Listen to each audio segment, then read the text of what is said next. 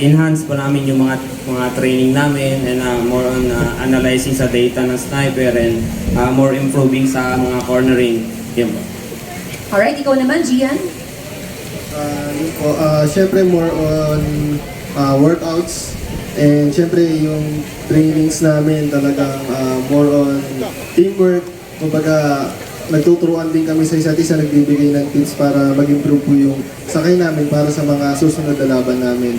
And yun, nagiging effective naman dahil nadodominate naman po namin yung mga laban namin. Yun. And ikaw naman, Kyle, ano yung mga preparation nyo for round 3 of the ARRC sa Japan? So yun po, bale, lahat po ng training, lagi po kami magkakasama, mapa-gym, mapa-bike. Kumbaga, yung training namin, talagang tulungan kami para mas madali namin makita yung mga kulang. Kung magsasabi ako sa kanila, sasabihin nila sa akin yung mga kulang.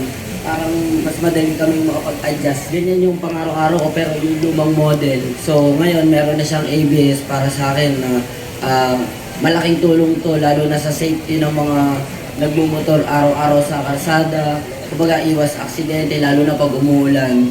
Kaya para po sa akin napaka-astig po dahil nilagyan po nila ng ABS ngayon yung Sniper 155. Siyempre, ride safe tayo lagi. Updated colors and design.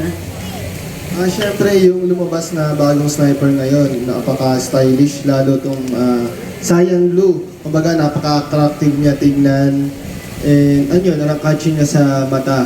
While dito naman sa race blue and sa matte black ng sniper, okay siya tignan, nakastig and simple but rock. Ayun. Sasabi kung gaano kaganda yung Yamaha Sniper. Syempre naman, the Yamaha Sniper has always pushed our riders to new heights and to championship glory here. And Yamaha, revs your heart!